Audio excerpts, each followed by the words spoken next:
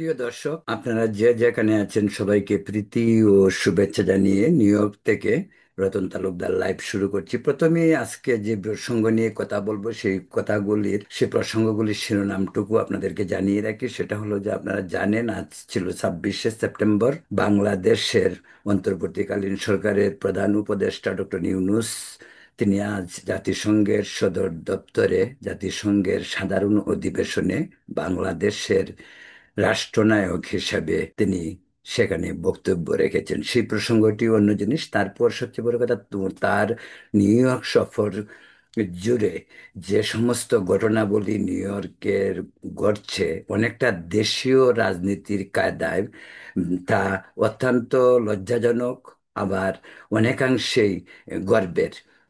সেই কারণে বলছি যে আজকে যে ডক্টর ইউনূস বক্তব্য রাখলেন তার জন্যই জাতিসংঘের সদর দপ্তরের বাইরে পূর্ব থেকেই পরিকল্পিত ছিল যে সেখানে বিক্ষোভ হবে, আওয়ামী লীগের বিক্ষোভ। বিএনপি সেখানে সমাবেশ করবে, সেটা স্বাগত সমাবেশ। এবং জামাতও সেখানে মানে করবে, সমাবেশ করবে, সেটাও স্বাগত সমাবেশ। এ নিয়ে আপনারা জানেন যে ডক্টর ইউনূস যেদিন আমেরিকার মাটিতে পা রাখলেন, বিশেষ করে জেএফকে বিমানবন্দরে, সেখান থেকেই কিন্তু শুরু। ডক্টর ইউনূস বিমানবন্দর থেকে ভিআইপি গ্যালারি দিয়ে হোটেলে চলে গেলেও তার 6জন রাজনৈতিক সহ আহ, সফর সঙ্গী, যারা তার সঙ্গে এসেছিলেন, বিএনপির মির্জা ফখরুল ইসলাম আলমগীর সহ, এনসিপির দুজন নেতা এবং জামাতের তাহের সাহেব সহ যারা এসেছিলেন, তারা কিন্তু নর্মাল রাস্তা দিয়ে, যেটা নর্মাল এক্সিট দিয়ে তারা বেরিয়ে এলেন। তারপরে আপনারা ঘটনা জানেন, অনেক অপ্রীতিকর ঘটনা ঘটেছে। বিশেষ করে এনসিপির যে ইয়ে সদস্য সচিব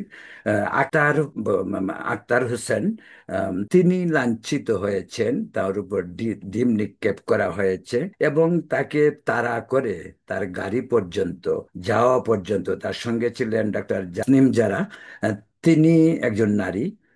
সেই হিসেবে সেখানে যাওয়ার সময় যে সমস্ত কথাবার্তা হয়েছে বা গালিগালাজ হয়েছে, সেটা দুঃখজনক। আবার অন্য অর্থে আমি এটাও বলতে চাই যে বিষয়টি দুঃখজনক হলেও বাংলাদেশের রাজনৈতিক পট পরিবর্তনের প্রেক্ষাপটে, তারা বলছে নতুন বাংলাদেশ, ওরা বলছে বাংলাদেশ নতুন নয়, বাংলাদেশ আজ থেকে 54 বছর আগে বঙ্গবন্ধুর নেতৃত্বে বাংলাদেশের অভ্যুদয় ঘটে এবং সেই বাংলাদেশ আজ 54 বছরে পা রেখেছে। সেখানে একটি অভ্যুত্থান হয়েছে, ছাত্রগণ অভ্যুত্থান। সে অভ্যুত্থান হইতে পারে, অভ্যুত্থানের আগেও হয়েছে, পাকিস্তান আমলেও আমাদের 69-এর গণ অভ্যুত্থান ধরেন, এবং 90-এ স্বৈরাচার এরশাদ পতনের সময় যে অভ্যুত্থান হয়েছে, সেটাও ছাত্র গণ অভ্যুত্থান হয়েছিল। তো এখন যেহেতু তারা বিভিন্নভাবে সেটাকে দ্বিতীয় স্বাধীনতা, দ্বিতীয় বাংলাদেশ, দ্বিতীয় মুক্তিযুদ্ধ, যেভাবেই তারা বলুক, তারা সেইভাবেই বলার চেষ্টা করছে এবং পুরোপুরি পরিস্থিতিটা আপনারা জানেন। তো সেই হিসেবে ডক্টর ইউনূসের যে আজকের ভাষণের ইসে ছিল জাতিসংঘে, তিনি তো তার যথারীতি তার ভাষণ দিয়েছেন, কিন্তু বাইরে ছিল অত্যন্ত উত্তাল পরিবেশ।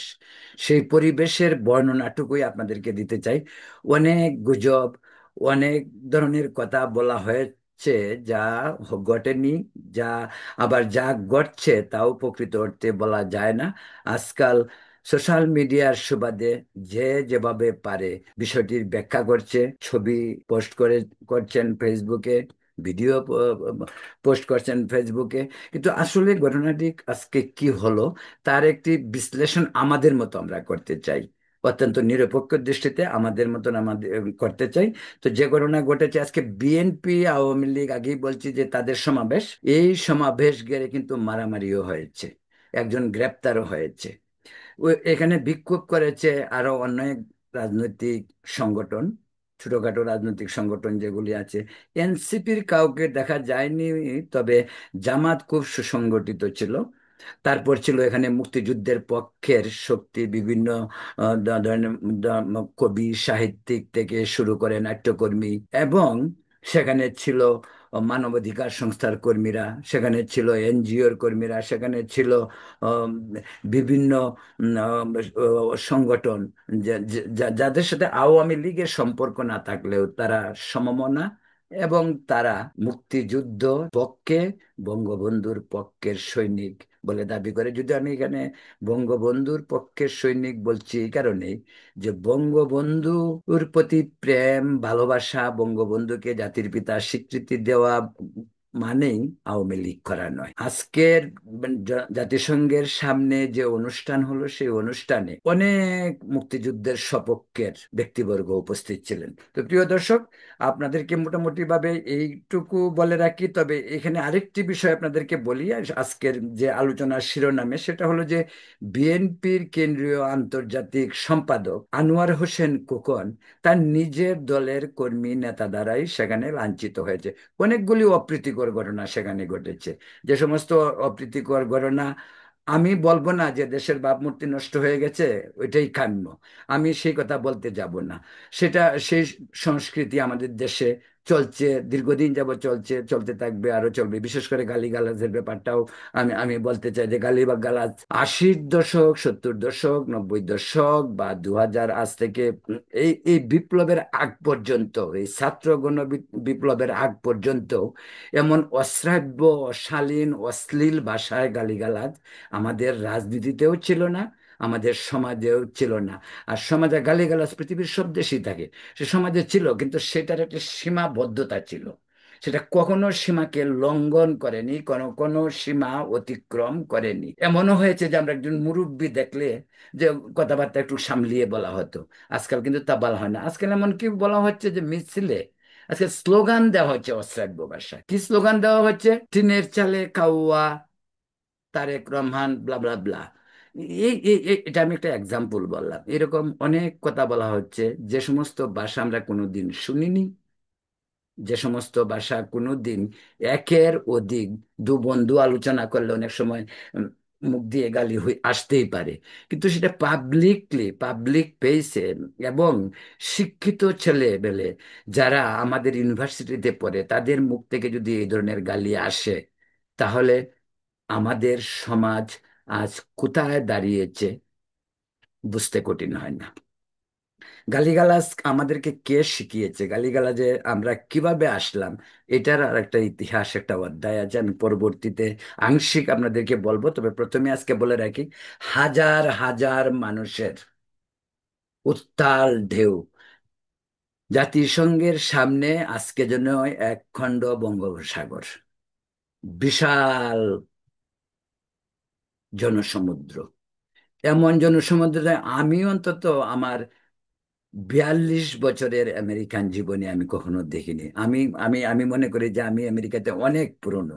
42 বছর অনেক দিন। মাত্র 22 বছর বয়সে আমেরিকা আসি, আর এখন বৃদ্ধ হতে চলছি। তো যাক, সেটা পরের কথা। হাজার হাজার মানুষের উত্তাল ঢেউ, হাজার হাজার মানুষের ধ্বনি প্রতিধ্বনি, যেন বাংলার আকাশ প্রকম্পিত হয়নি, আমেরিকার আকাশ একেবারে কি প্রকম্পিত। কিভাবে বলছি?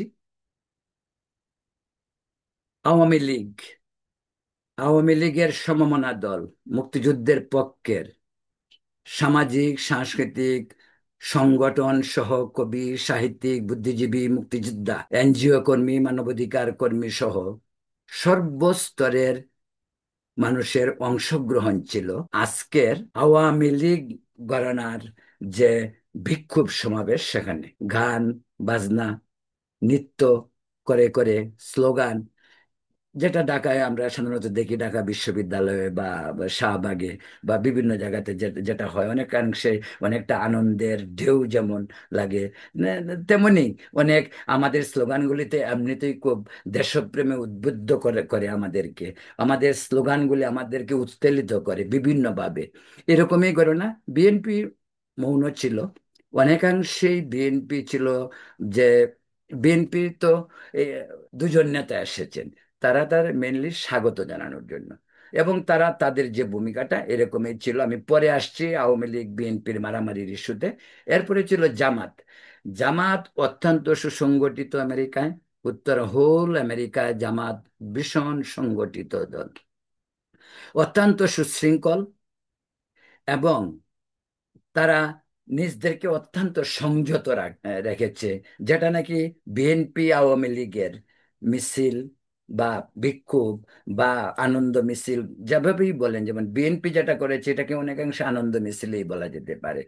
মির্জা ফখরুল ইসলাম আলমগীর এসেছেন, হুমায়ুন কবির এসেছেন লন্ডন থেকে, সেটা তার সবকিছু তো হচ্ছে বিএনপির যা ঘটছে, সমস্ত কিছুর গ্রিন সিগন্যাল আসছে কোথায় থেকে? সবুজ সংকেত আসে লন্ডন থেকে, কারণ তাদের নেতা লন্ডনে। তো বিএনপি এই বিক্ষোভে বা এই সমাবেশে বিএনপির হারানোরও কিছু নেই, আর পাওয়ারও তেমন কিছু নেই। তবে এই সমাবেশে জামাত অনেক বেশি গেইনার। জামাতকে আমি গেইনার বলছি এই কারণে, এর আগে আমরা কোনোদিন, এমনকি শেখ হাসিনা যখন গত 14 বছর, টানা 14 বছর জাতিসংঘে এসেছেন, জামাতকে কিন্তু তেমন দেখা যায়নি। জামাতের একটি ক্ষুদ্র অংশ বা কে বিক্ষোভে দেখা গেছে, অনেকে আবার বিএনপির ভিতরে ঢুকেও ছিল। সেটা সেটা শেখ হাসিনার আমলে সেই জিনিসটা হয়েছে, কিন্তু এবার জামাতের যে শোডাউনটা, এটা প্রকৃত অর্থেই জামাত শোডাউন বলা যায়। এর আগে যেমন আমরা বলতাম জামাতের একাংশ বা বিএনপির সঙ্গে জোট বেঁধে জামাতের বিক্ষোভ, এবার কিন্তু তা বলা যাবে না। আজকের যে জামাতের যে সমাবেশ হলো, তা যে বিএনপির যে কোনো সমাবেশকে ছাপিয়ে যায়। এ কারণেই বিএনপির সমাবেশে অনেক সময় অনেক লোক হয়েছে আগে, যেমন শেখ হাসিনার আমলে যে বিএনপির সমাবেশগুলি হইতো, সত্যি কথা বলতে কি তখন আওয়ামী লীগ ছিল তখন ক্ষমতায়, আওয়ামী লীগের চেয়ে বিএনপির সমাবেশে অনেক বেশি লোক হতো, ন্যাচারালি সেটা তারা বিরোধী দলে ছিল, তখন জামাতও তাদের সঙ্গে থাকতো। তো সব মিলিয়ে তাদের একটা বিশাল মানে উপস্থিতি লক্ষ্য করা যেত। কিন্তু এবার কিন্তু ব্যতিক্রম হয়েছে, বিএনপির উপস্থিতি অনেক কম, কিন্তু জামাতের উপস্থিতি ভীষণ মানে ভাবে মানে বলা যায় বৃহৎ আকারে। তবে জামাতের একটি প্লাস পয়েন্ট যে বিষয়টা আমি আমি আমি বলবো, সেটা হলো যে জামাত যে সমাবেশ করেছে, সমাবেশে অত্যন্ত শান্তিপূর্ণ এবং সুশৃঙ্খল, এই দুটো ক্রেডিট জামাতকে দেয়া যেতেই পারে। তারপর আসুন, আমরা কথা বলছি আওয়ামী লীগ। আওয়ামী লীগের এমন সমাবেশ আমি এর আগে নিউ ইয়র্কে দেখিনি। সারা আমেরিকা, কানাডা, এমনকি মধ্যপ্রাচ্য এবং ইউরোপ থেকেও আওয়ামী লীগের নেতা কর্মীরা নেত্রী শেখ হাসিনার টানে, বঙ্গবন্ধুর টানে, বাংলাদেশের টানে, একাত্তরের টানে তারা নিউ ইয়র্কে এসে হাজির হয়েছে। যেদিকে চোখ যায় শুধু আওয়ামী লীগ আর আওয়ামী লীগ। আওয়ামী মানে মানে সারা নিউ ইয়র্কের জাতিসংঘের সামনের কয়েকটি রাস্তা যেন আওয়ামীময় হয়ে গিয়েছিল। এই যে আওয়ামী লীগ, সেই আওয়ামী লীগকে কিন্তু শেখ হাসিনা যখন ক্ষমতায় ছিলেন তখন কিন্তু তারা বিজয় উল্লাস করতেন, কিন্তু এত উপস্থিতি হইতো না। কিন্তু এইবারের উপস্থিতি আওয়ামী লীগের পূর্বের সব ইতিহাসকে ম্লান করে দিয়েছে। এটা বলা যেতে পারে নিউ ইয়র্কে স্মরণকালের ইতিহাসে বৃহত্তম বিক্ষোভ, বৃহত্তম সমাবেশ, যা লোকে লোকারণ্য, যাকে বলা যেতে পারে বাংলাদেশের সোহরাওয়ার্দী উদ্যানের যেমন বিশাল উত্তাল জনসভা হয়, ঠিক তেমনি। সেখানে তো আগেই বলছি যে বিভিন্ন স্তরের লোকজন এসেছে। দুঃখ এবং বেদনাদায়ক পার্ট যেটা হলো, এটা অনেকেই হয়তো মনে করে, আমি কিন্তু মনে করি না। আমি মনে করি না এই কারণেই মনে করি না, বাংলাদেশে পাথর মেরে যদি মানুষ মারা হয়, বাংলাদেশে যদি মব করে মানুষ মারা হয়, বাংলাদেশে যদি গোপালগঞ্জে আর্মি গুলি করে মানুষ মারা হয়, বুট চাপিয়ে দিয়ে বুটের আঘাতে মানুষ মারা হয়, বাংলাদেশে যদি নারীদেরকে ধর্ষণ করা হয়, স্বামীর সামনে স্ত্রীকে যদি ধর্ষণ করা হয়, তাহলে দেশপ্রেম বা দেশের ভাবমূর্তির নষ্ট হয় না? আর বিদেশে কিছু করলেই দেশের ভাবমূর্তির প্রশ্ন উঠে কেন? এখানে তো জাতিসংঘ তো এখানে আছেই, তাকে এখানে প্রতিবাদ করে। আজকে হাজার হাজার প্যালেস্টাইনিয়ানরা ছিল এখানে, হাজার হাজার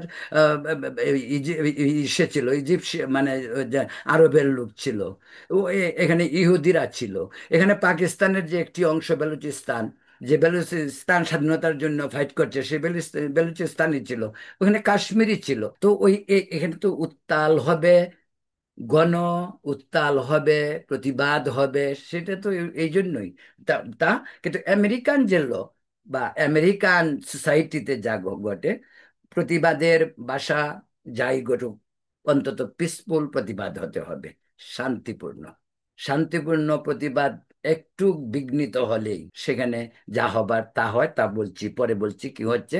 তবে যেটা বলছিলাম, দেশের ভাবমূর্তি নিয়ে কথা আমাদের দেশের লোকজনের বা সরকারি কর্মকর্তাদের বা ইউনূস সরকারের কর্মকর্তাদের মুখে কোনো অবস্থাতেই সাজে না। দেশের ভাবমূর্তি বলতে কিছু নেই। দেশের ভাবমূর্তি দেশে কি হচ্ছে সেটার উপর নির্ভর করে। দেশের ভাবমূর্তি তখনই নির্ভর করবে যে দেশে আমরা আমাদের আমাদের আমরা কি পরিবেশন করছি, কি হচ্ছে দেশে। গত 13 বছর ধরে, 13 মাস ধরে, সরি, এই যে ইউনূস সরকারের, অন্তর্বর্তীকালীন সরকারের আমলে বাংলাদেশে যে মানুষের জীবনের যে অসহনীয় দুরবস্থা, যেখানে মানুষের জীবনের কোনো গ্যারেন্টি নেই, জানমালের নিরাপত্তা নেই, যেখানে দ্রব্যমূল্যের ঊর্ধ্বগতি, সেখানে রাজনৈতিক অনিশ্চয়তা, সেখানে একটি দলকে আড়াল করার জন্য সরকারের প্রাণপণ চেষ্টা করছে যে আরেকটি দলকে কোনোভাবে নয় ছয় করে নির্বাচন করো, নির্বাচনের ডেট নিয়ে চলছে তালবাহানা। তো এই যখন দেশের পরিস্থিতি, সেখানে সরকার কিভাবে আশা করে যে নিউ ইয়র্কে ওনারা আসবেন আর ওনারা এখানে ফুল সজ্জায় শুয়ে থাকবেন? নিউ ইয়র্কে ওনারা আসলে প্রতিবাদ করবে। আওয়ামী লীগ যে প্রতিবাদ, আমি আমি ব্যক্তিগতভাবে আওয়ামী লীগের এই প্রতিবাদকে 100 ভাগ সমর্থন করি এবং ভবিষ্যতেও করব। এবং বিএনপি যেটা করেছে আমি সেটাকেও সমর্থন করি। বিএনপি তার তার সমাবেশ করতেই পারে। জামাত যা করেছে আমি সেটাকে সমর্থন করি, কারণ জামাত তার অধিকার আছে, তারও করতেও, সেও করতে পারে। তবে দেশের ভাবমূর্তির কথা বলে যারা ধোয়া তুলে বলে যে দেশের ভাবমূর্তি শোনো, দেশের ভাবমূর্তি তো এরকম না যে কচু পাতার উপর পানি পড়লেই যেন গড়িয়ে পড়ে। দেশের ভাবমূর্তি এরকম, দেশের ভাবমূর্তি আমি আবারও বলছি, আমাদের দেশের ভাবমূর্তি পুরা নির্ভর করে দেশের গভর্নমেন্ট, দেশের যে সরকার তার পারফরমেন্স, বিরোধী দল সে কি করছে সেটার উপরে। শেখ হাসিনার আমলে যখন আমরা এখানে আসছি, মানে ইসেতে, মানে জাতিসংঘের সামনে, সেখানে সেই একই অবস্থা হয়েছে। কখনো এইরকম ঘটনা ঘটেনি, কেউ দেশের ভাবমূর্তির কথা প্রশ্ন তোলেনি। তখন দেশের ভাবমূর্তির প্রশ্ন তখন তুলছে, যে যেভাবে তোলা হয়েছে সেটা হলো কি, যে দেশে শেখ হাসিনা গণতন্ত্রকে গলা টিপে হত্যা করেছেন, নির্বাচনে অনিয়ম হয়েছে, এ কথা কেউ অস্বীকার করছে না। এগুলি হয়েছে, কিন্তু পাশাপাশি আজকে আমাদেরকে এইটাও তো বলার দরকার যে শেখ হাসিনার আমলে যে উন্নয়ন, আজকে আমরা যে উন্নয়ন দেখি, উন্নয়ন আহ, গত গত শেখ হাসিনা তো 14-15 বছর, এর এর আগে 36 বছর হইলো না, মানে 40 বছর, 36 বছর কেন হয়নি? শুরুটা আরশাদ করেছিলেন, কিন্তু এই যে বিএনপি আজকে ক্ষমতায় যাওয়ার জন্য যা করছে, বা বিএনপি যেতদিন ক্ষমতা ছিল বিএনপি কতটুকু উন্নয়ন করেছিল, যে সেই বিএনপি একটা জিনিস বলতে পারে, বিএনপি, আমি সেটা নিঃসন্দেহে বলবো যে বিএনপি একটি বড় রাজনৈতিক দল, মুক্তিযুদ্ধের পক্ষের দল।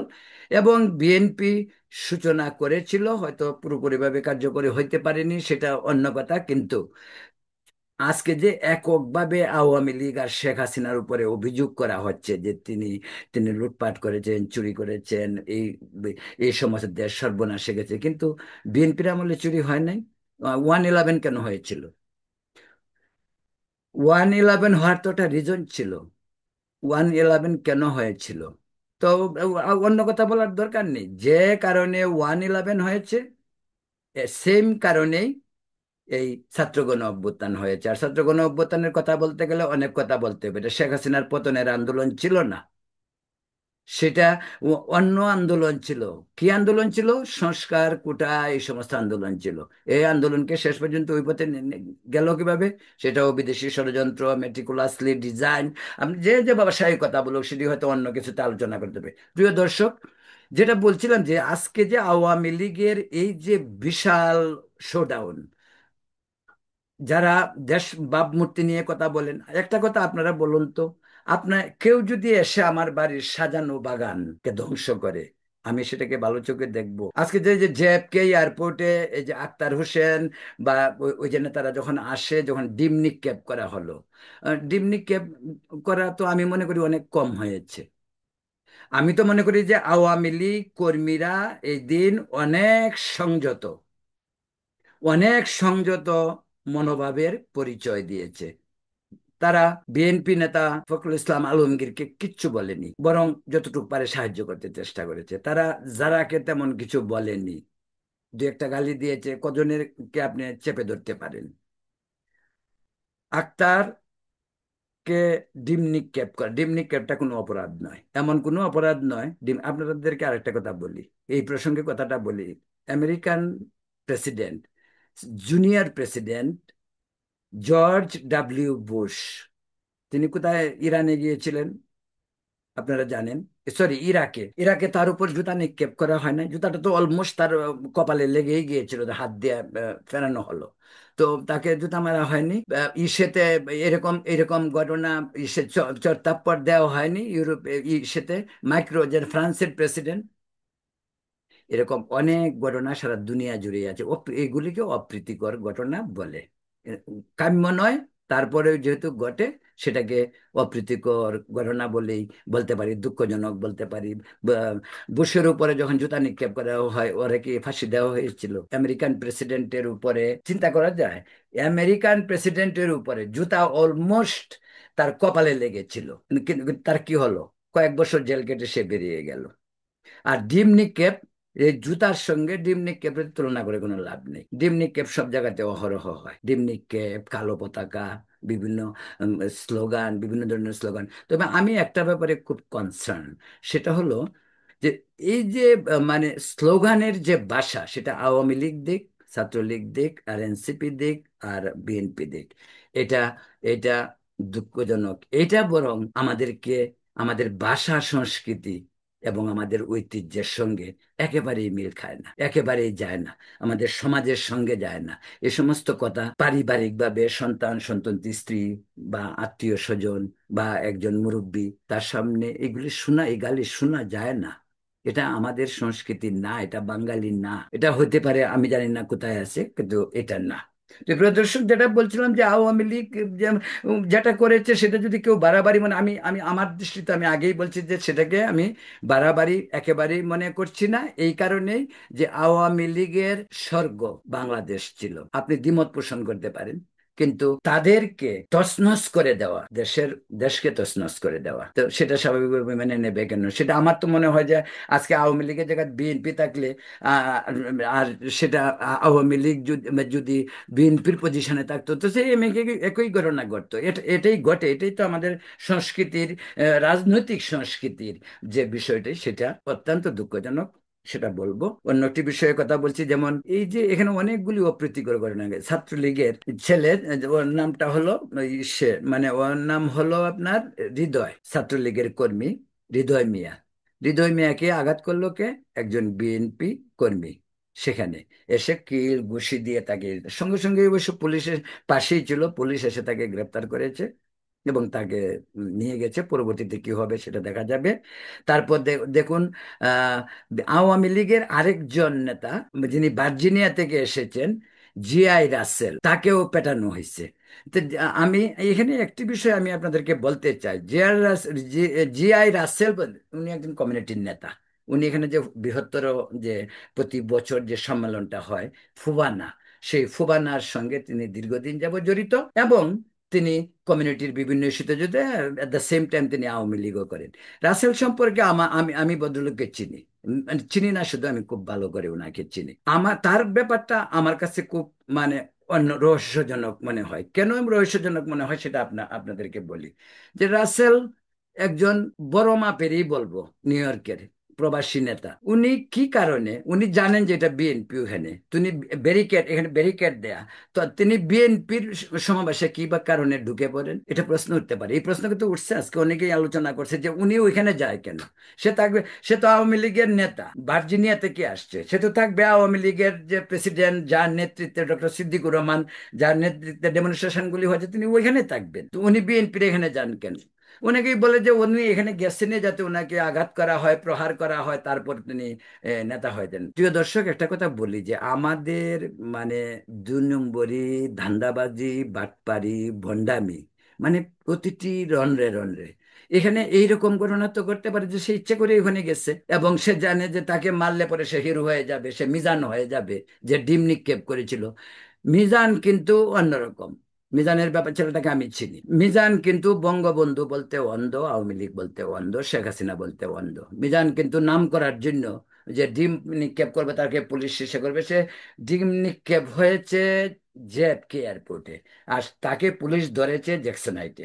সে ওখানে জ্যাকসনাইটে আসছে, ঘুরছে। তো মিজানের জিনিসটা অন্যরকম, কিন্তু রাসেলের ব্যাপারটা সন্দেহজনক এবং রহস্যজনক। আমি এই কারণেই বলবো যে আমি যেটা বলছিলাম যে আমাদের অনেকে আছে যে কি করে ফটো তুলবে, সবাই মিলে ফটো তুলে, এগুলি কেন করা হচ্ছে? এগুলো করা হচ্ছে নেতাদেরকে দেখানোর জন্য, এগুলি করা হচ্ছে নেতা, বিএনপির লোকজন ছবি টবি তুলতেছে, তুলে তারেক রহমানের কাছে পাঠাবে, পোস্ট দিবে, ছবি তুলে, ভবিষ্যতে কিছু পাওয়ার এসে আশা আছে। আওয়ামী লীগ এই দুর্দিনে কাজ করতেছে, কে কে করতেছে, কাজ করতেছে, নেত্রী দেখবে, সজীব যে জয় ওয়াশিংটনে বসা আছে উনি দেখবে। তো অনেক ধরনের হাঙ্কি মাঙ্কি হয় এখানে, অনেক ধরনের, কিন্তু এসবই দলের জন্য করা হচ্ছে বলা হলেও এখানে অনেক ধরনের লোক আছে যারা, আগেই বলছি যে ছবি তোলা, নেত্রীকে খুশি করা, লন্ডনে বসা নেতাকে খুশি করা, সেটা তাদের অন্যতম প্রধান কাজ। তাই জিআই রাসেলের ব্যাপারটা আমার কাছে সন্দেহজনক মনে হয়, সেটা আমি বলছি কারণ রাসেল মোটামুটি ভাবে প্রথম সারির নেতা। ও ও ও কেন যাবে ওইখানে? যেমন ধরেন সিদ্দিকুর রহমান, আওয়ামী লীগের সিদ্দিকুর রহমান প্রেসিডেন্ট, সিদ্দিকুর রহমান কি যাবে বিএনপি যেখানে সে করতেছে ওখানে? তো সে যাবে? নিশ্চয়ই সে যাবে না। আরেকটি বিষয় আপনাদেরকে বলে রাখতে চাই, এখানে খুব স্পষ্টভাবে বোঝা গেছে আওয়ামী লীগ বিভিন্ন খণ্ডে বিভক্ত, কিন্তু আজকে অন্তত আওয়ামী লীগের উচিত ছিল যে আওয়ামী লীগের সবগুলি গ্রুপ এক ব্যানারের সঙ্গে থাকা। আওয়ামী লীগকে একটু স্ক্যাডার্ড মনে হয়েছে, যে জিনিসটা উচিত ছিল না। আজকে আওয়ামী লীগের এই দুর্দিনে আওয়ামী আওয়ামী লীগের যে কমিটি আছে, সেই কমিটির সঙ্গে সকল গ্রুপ উপগ্রুপ যারা আছে, সকলে একসঙ্গে এক জায়গায় থাকলে জিনিসটা আরো ভালো হইতো, সুন্দর হইতো। কিন্তু আলাদা আলাদা থাকায় যে যে আওয়ামী লীগের যে গ্রুপিংটা, সেই গ্রুপিংটাও স্পষ্ট হয়েছে, যেটা কাম্য ছিল না। এটা হয়তো আওয়ামী লীগের যে গ্রুপ লিডাররা আছেন, ইনক্লুডিং সভাপতি ডক্টর সিদ্দিকুর রহমান, তারা এই প্রসঙ্গটাকে সত্যি সত্যি এড়াতে পারতেন এবং এড়ালে ভালো হতো। তারপর আরেকটি ঘটনা ঘটেছে বিএনপির। বিএনপির একই অবস্থা, 4টি 5টি গ্রুপ, বিএনপির কোনো কমিটি নাই এখানে। 4টা 5টা গ্রুপ, যে যেভাবে পারে 15 জন, 50 জন, 100 জন গ্রুপে বিভক্ত। এবং বিএনপির একজন কেন্দ্রীয় নেতা, আন্তর্জাতিক সম্পাদক, আন্তর্জাতিক সম্পাদককে যেভাবে এই সমাবেশে নাজেহাল করা হয়েছে, অত্যন্ত বিব্রতকর। আমি মনে করি প্রকৃত অর্থে দেশের ভাবমূর্তি বা সামাজিক অবক্ষয়ের জন্য যদি বলা হয়, তাহলে এই প্রসঙ্গ এইগুলিকে বলা যেতে পারে। একজন কেন্দ্রীয় নেতা সেখানে আসছে, তাকে নিয়ে টানাটানি, তাকে নিয়ে ধাক্কাধাক্কি, তাকে নিয়ে বিভিন্ন কথাবার্তা, বিভিন্ন অভিযোগ, তার সম্পর্কে অভিযোগ নাকি তিনি বিভিন্ন সময় এই যে বাংলাদেশে যেটা হয় আর কি, পদ বাণিজ্য বা অন্যান্য বিষয়, কে কার ক্লোজে, কোন নেতার ক্লোজে কে থাকবে, প্রতিযোগিতা, এইসব থেকে এইগুলি হয়। তো এগুলিকে আমি খুব মুখ্য বিষয় মনে করছি না। এ কারণেই এটার জন্য যদি ক্ষতি হয় তাদের দলের হবে, এটার জন্য দেশের কোনো ক্ষতি হচ্ছে না। যেমন আওয়ামী লীগের বিভক্তির কথা বলছি, আওয়ামী লীগ যদি একসঙ্গে থাকতো, সবগুলি গ্রুপ অন্তত আজকের দিনে, তো জিনিসটা সুন্দর লাগতো। যেমন বিএনপি যে রিয়েকশনটা করছে কেন্দ্রীয় নেতাকে নিয়ে, সেটা না করলে ভালো হতো, এটা তাদের জন্য ভালো হতো। অ্যাট দ্য সেম টাইম আসুন জামাত প্রসঙ্গে, জামাতের সুশৃঙ্খল অবস্থান, জামাতের লোকজন ছিল প্রচুর, অনেক লোক, কই ওখানে তো কোনো ধরনের সমস্যা হয় নাই, একজনের গায়ে আরেকজন পর্যন্ত লাগে নাই, কোনো ধরনের গালিগালাজ নাই সেখানে। তো আরেকজনকে প্রতিপক্ষ, হয়তো জামাত তো পারতো একজন প্রতিপক্ষ আওয়ামী লীগকে গালি দিতে, পারতো বিএনপি কে গালি দিতে, কারণ বিএনপি আর জামাতের মাঝে তো এখন দূরত্ব বাড়ছে। সেটা তো অস্বীকার করার উপায় নেই। কিন্তু জামাতের কর্মীদের কাছ থেকে এই ধরনের উচ্ছৃঙ্খল কোনো মানে যেটাকে বলে কোনো উচ্ছৃঙ্খল আচরণ চোখে পড়েনি সত্যি বলতে। যেটা সেটা জামাতের কথা বলছি, আমি নিজেও ভিতরে ছিলাম ইউনাইটেড নেশনের মানে ইসেতে, যেটা দেখলাম যে সেখানে বিভিন্ন ভাবেই জামাতের কর্মীদের অত্যন্ত সুশৃঙ্খল অবস্থান, সেটা আসলেই আলোচনার বিষয়। প্রিয় দর্শক, যেটা বলছিলাম যে আজকের কি ঘটনা হয়েছে সেই ঘটনাগুলি নিয়ে বিস্তৃত ব্যাপারে আমার কাছে একটা জিনিস খুব ভালো লেগেছে। সেটা হলো যে আওয়ামী লীগের বিক্ষোভের সঙ্গে তাল মিলিয়ে এবং দেশের বর্তমান পরিস্থিতির প্রতিবাদ করতে গিয়ে বাংলাদেশে মুক্তিযুদ্ধের চেতনায় একাত্তরের সৈনিক যারা বেরিয়ে এসেছে আওয়ামী লীগের সাথে, এটা অত্যন্ত ভালো মনে হয়েছে আমার কাছে। শিল্পী, সাহিত্যিক, সংস্কৃতি কর্মী, এনজিও কর্মী, মানবাধিকার কর্মী, মুক্তিযোদ্ধা, তাদের সকলকেই দেখা গেছে সে এই পার্টটা অত্যন্ত ভালো লেগেছে। আর এটা বলবো আমি এট দ্য সেম টাইম যে আজকের বাংলাদেশের যে অবস্থা, ইউনূস বাংলাদেশকে যে পর্যায়ে নিয়ে গেছেন তার সরকার, সেখানে এখন সরকারের অবস্থা হযবরল। এ নিয়ে আমি পরবর্তী কালকে আরেকটি ভিডিও করব। আজকে আপনাদেরকে এইটুকু অন্তত বলতে চাই, আজকে নিউ ইয়র্কে জাতিসংঘের সামনে যে ঘটনাগুলি ঘটেছে, অনেকগুলি ঘটনাই না ঘটলে ভালো হতো। আর দেশের ভাবমূর্তি নিয়ে যারা কথা বলেন, আমি তাদের সঙ্গে নেই, বা আমি মনে করি না যে দেশের ভাবমূর্তি কোনো নষ্ট হচ্ছে। দেশের ভাবমূর্তি বরং নষ্ট হচ্ছে দেশে সরকার এবং বিরোধী দলের কর্মকাণ্ড নিয়ে। সেখানে যেভাবে আগেই বলছি, মানুষকে পাথর দিয়ে মারা হয়, যেখানে রেপ করা হয়, যেখানে বিরোধী দলকে দমন করা হয়, যেখানে সাংবাদিকদের অধিকার নাই, যেখানে পত্র পত্রিকা তা স্বাধীনভাবে কাজ করতে পারে না, সেটাতে যদি দেশের ভাবমূর্তি নষ্ট না হয়, তো নিউ ইয়র্কে ডিম চুড়লে বা কারো গালে চড় থাপ্পড় দিলে পরে দেশের ভাবমূর্তি নষ্ট হয় না। এই ভাবমূর্তির ধোয়া তুলে বা প্রবাসে যারা আছে তাদেরকে দমন করা যাবে না, এবং দমন করা উচিত না আমি মনে করি। আরেকটি বিষয় এখানে বলতে চাই যে শেখ হাসিনা সরকারের পতনের আগে প্রবাস থেকে রেমিটেন্স, যেটা রেমিটেন্সের অর্থ হলো যে আমরা যে পয়সা পাঠাই, যে মালগুলি আমরা দেশে পাঠাই, এটাই কিন্তু বাংলাদেশের সরকারের এখন সবচেয়ে বড় বাণিজ্য। অর্থনৈতিক চাকাটাকে গতিশীল রাখার জন্য প্রবাসীরা যে ভূমিকা রাখে সেটা অনস্বীকার্য। তো প্রবাসীদেরকে বিভিন্ন ভাবে অপমান করা, প্রবাসীদেরকে পাশ কাটিয়ে যাওয়া, প্রবাসীদের অধিকার নিয়ে নীরব থাকা, এটা কোনো সরকারের জন্যই শুভ নয়। আর প্রবাসীরা তার স্বাধীন মতো তার প্রতিবাদ করতে পারবে এবং করবে, সেটা জামাত হোক, বিএনপি হোক, আওয়ামী লীগ হোক, মুক্তিযুদ্ধের পক্ষের হোক, বঙ্গবন্ধুর সৈনিক হোক, শেখ হাসিনার সৈনিক হোক, খালেদা জিয়ার সৈনিক হোক, এতে কিছু আসা যায় না, কথা বলতে দিতে হবে। Speech of freedom, speech of freedom আমেরিকার প্রধান বক্তব্য। মানুষের অধিকার, মানুষের কথা বলার স্বর কমানো যাবে না। মানুষ তার ইচ্ছা মতো কথা বলবে, এবং এটার প্রমাণেই আজকে জাতিসংঘের সামনে ডক্টর ইউনূস যখন ভাষণ দিচ্ছিলেন, তখন হাজার হাজার মানুষ সেই প্রতিধ্বনিটাই করেছিল সরকারের প্রতিবাদ করতে গিয়ে। এবং আওয়ামী লীগ আজকে যে প্রতিবাদ করেছে তা স্মরণকালের ইতিহাসে বলা যেতে পারে বৃহত্তম। তবে একটি কথা বারবারই বলছি, আবারও বলি, আওয়ামী লীগ যদি আরো সংঘবদ্ধ, তা আওয়ামী গ্রুপ থাকতেই পারে, একটি দলে গ্রুপ উপদল থাকবে। আওয়ামী বাংলাদেশের শেখ হাসিনা যখন ক্ষমতায় ছিলেন 14-15 বছর, সেখানে কি আওয়ামী লীগের কেন্দ্রীয় কমিটিতে বা সরকারের গ্রুপিং ছিল না? অবশ্যই ছিল, থাকবে, সেটা থাকতে পারে। আওয়ামী লীগ তো আর কমিউনিস্ট পার্টি না বা জামাতও না, ক্যাডার ভিত্তিক দল না, সেখানে বিভিন্ন ধরনের অপ্রীতিকর ঘটনা ঘটতেই পারে, বিএনপিতেও ঘটতে পারে। বিএনপি সে একই অবস্থা, বিএনপি ক্ষমতায় ছিল যখন, তখন কি দলে উপদল ছিল না? ছিল, থাকবে, এবং এটি ভবিষ্যতেও থাকবে। এইগুলি নির্মূল করা যাবে না, হবে না।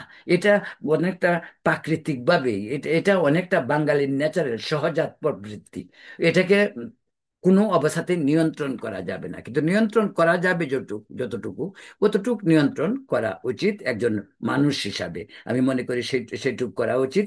প্রিয় দর্শক, এই ছিল আজকের নিউ ইয়র্কের পুরো চিত্র। জাতিসংঘের সামনে ডক্টর ইউনূসের বক্তব্য শেষ হলো। উনি হয়তো আরো কয়েকদিন এখানে থাকবেন, তারপর উনিও দেশে যাবেন। পরবর্তী আরো অনেক ঘটনা নিয়ে আগামীকাল আরো কিছু নতুন তথ্য নিয়ে আপনাদের সঙ্গে লাইভে আসবো। তো এই পর্যন্ত আপনারা ভালো থাকুন, সুস্থ থাকুন এবং শান্তিতে থাকুন। শুভরাত্রি।